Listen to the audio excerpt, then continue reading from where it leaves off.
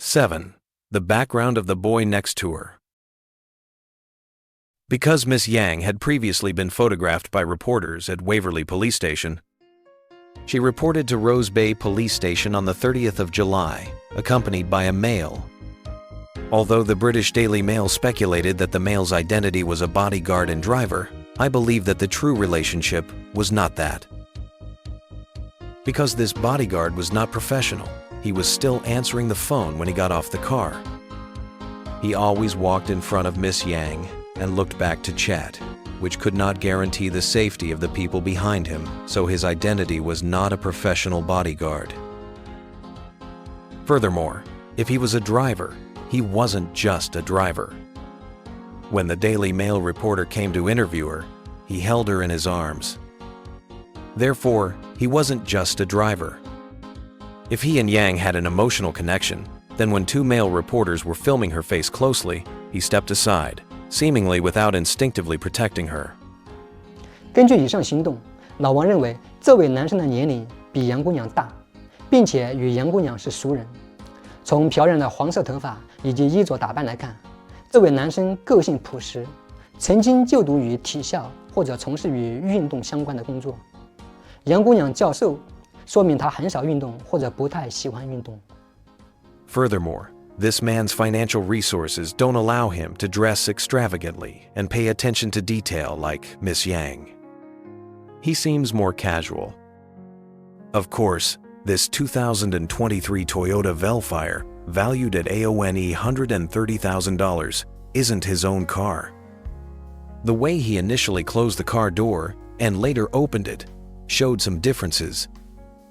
Although he used both the handlebar button and the wireless remote key, his attitude towards the car suggests an emotional disconnect. He drives it, but it doesn't belong to him. 8. Her background and personality.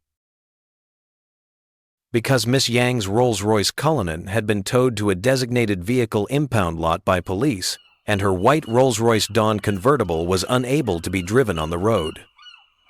On the 13th of August, Miss Yang, wearing a black plaid Chanel houndstooth top and a matching black plaid octagonal hat, withdrew cash from a National Australia Bank ATM in Double Bay. She was accompanied by the man driving the Toyota Velfire. Miss Yang was still clad in designer clothes, clearly worth tens of thousands of Australian dollars. In this sensitive period of anti-wealthy sentiment, Miss Yang might have considered her outfit the most modest she could be. But in her eyes, it was the most understated and inexpensive. Little did she know, it was still a luxury beyond the reach of ordinary people. While her clothes, pants, and shoes are all expensive, they create a unique look, seemingly at odds with the mainstream socialite aesthetic. On a positive note, Yang might be an artist, and therefore have a somewhat individualistic aesthetic. On a negative note, Yang might be insecure about her appearance, especially with her endless array of hats. Before and after the car accident, she habitually hid her head under a hat. Why?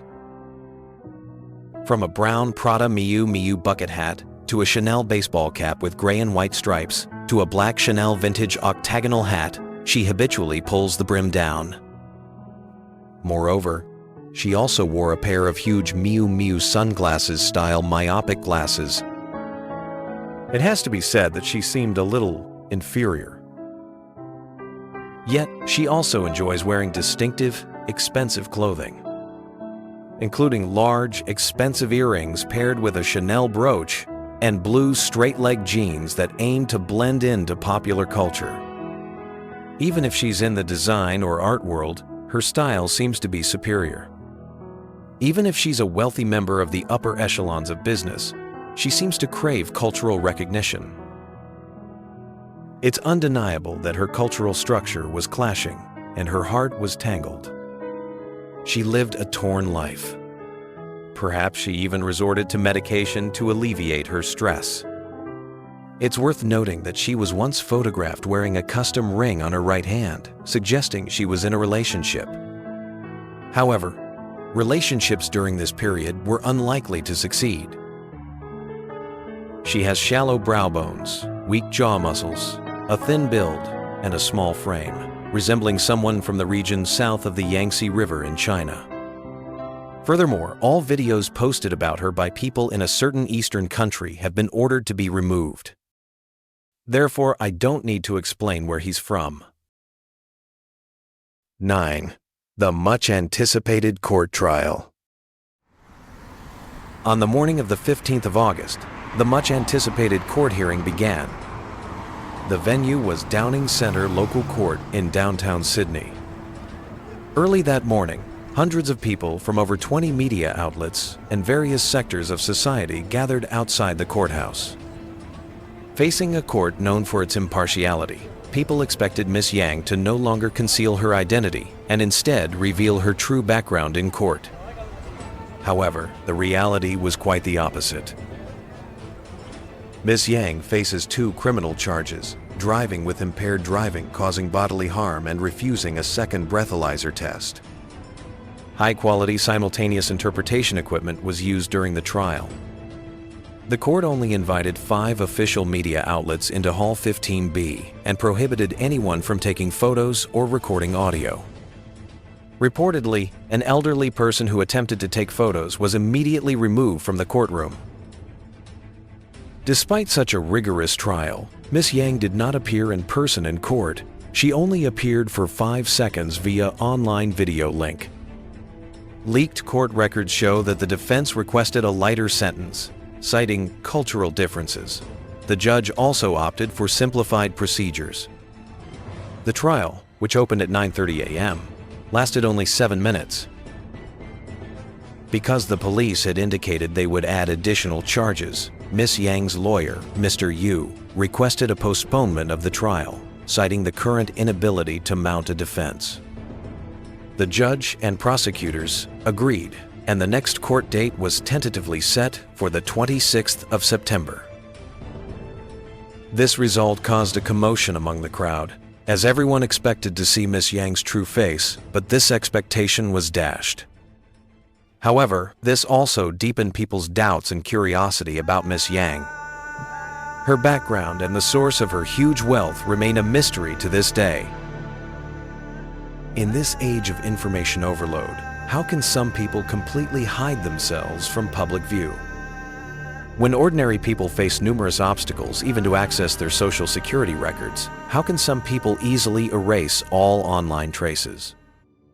People can dig up a celebrity's social media updates from 10 years ago, but can't find the educational background of a 2-3-year-old woman.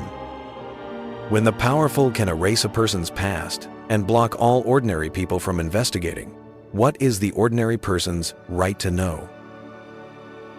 What this car accident brings to mind is not the expensive Rolls-Royce and the sky-high bail, but the privilege of a 2-3-year-old girl to freely restrict others, and the cruel life of a 5-2-year-old man whose freedom is restricted by others.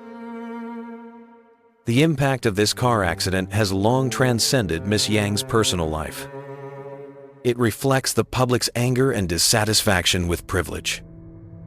This is a reflection of the deep-seated anxiety and collective trauma of our times, and a profound doubt about the fairness of the rules and the legitimacy of privilege. I, your ghostwriter TooWord, wish that everyone can live in a fair environment. Thank you for taking the time out of your busy schedule to watch this episode. I hope you will pay more attention to it. I wish you all the best.